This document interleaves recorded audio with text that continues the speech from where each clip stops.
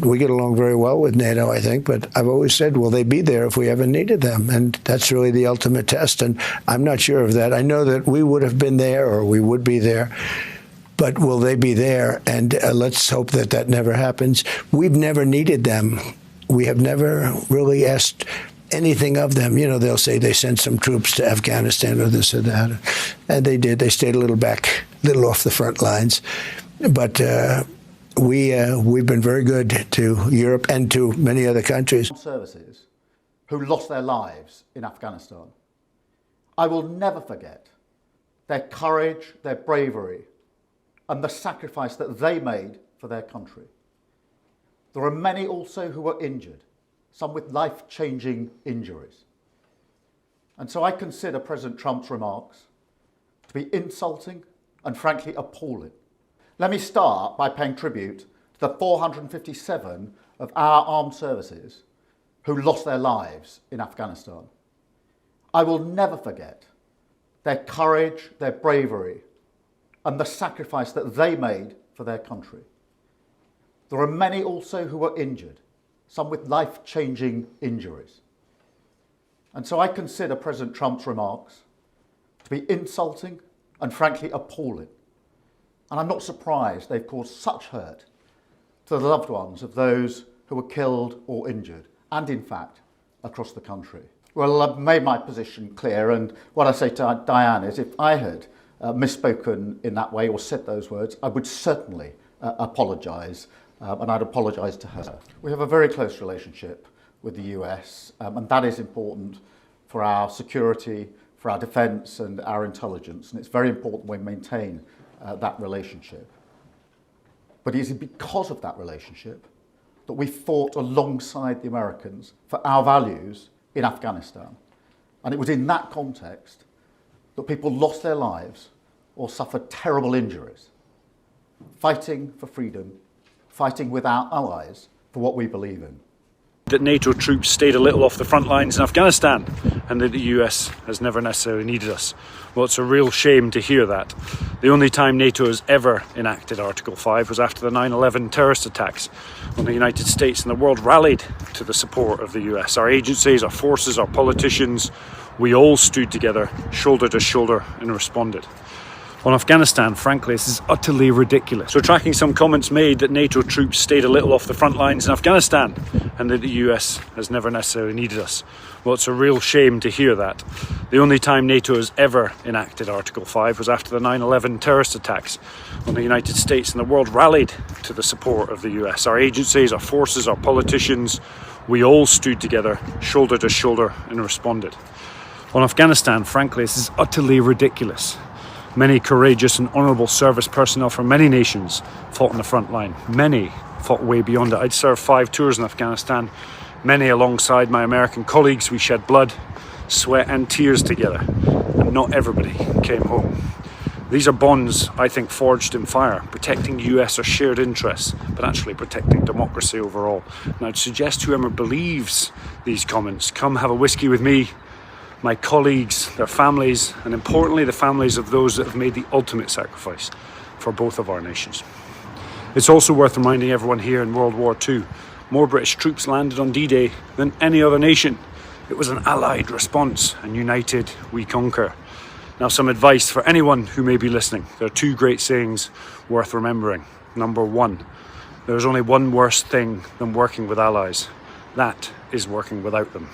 And when you do, always remember, never above, never below, always side by side. Left, right and centre and blowing them up. And it does strike a very negative chord somewhere like this in Danish territory, quite simply because Denmark per capita lost more troops in Afghanistan than the United States. They lost almost 50 and they have a population of about 6 million. The United States has a population of 350 million. So that's a very, very big loss for a country that's been committed to being a very close ally of the United States. So when President Trump says that, at a moment when he's also sort of leaning on NATO to step up Arctic security, you can understand that troops from those NATO countries would really feel something passionate and personal, as well as their lead.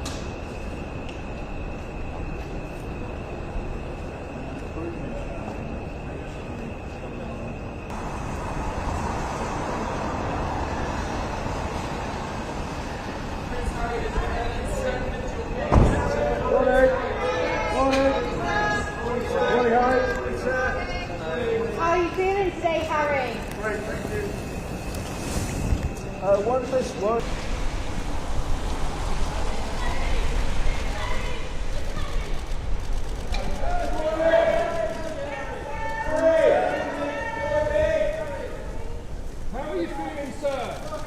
how's it going? Hi, Harry.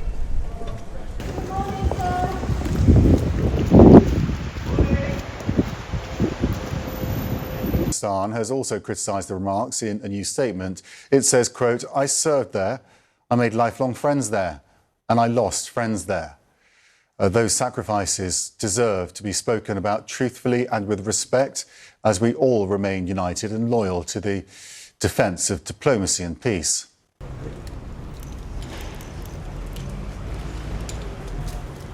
Harry.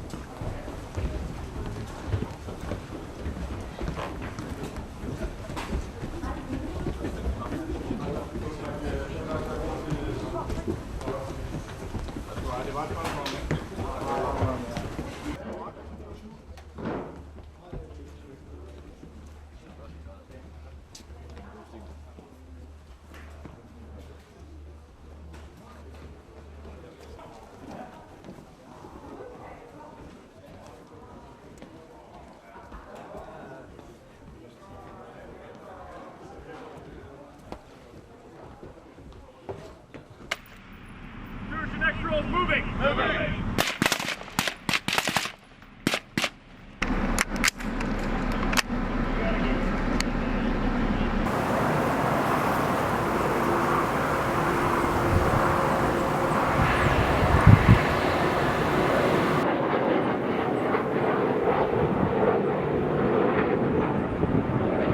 大家好，我是主播周玉琴。很多的朋友告诉我们，选择原版的太阳星全效克菲尔益生菌，它添加有羽衣甘蓝，健康再加分。而有睡眠困扰的朋友们，赶快选择蓝色包装这一款晚安加强版，绝对是更有感。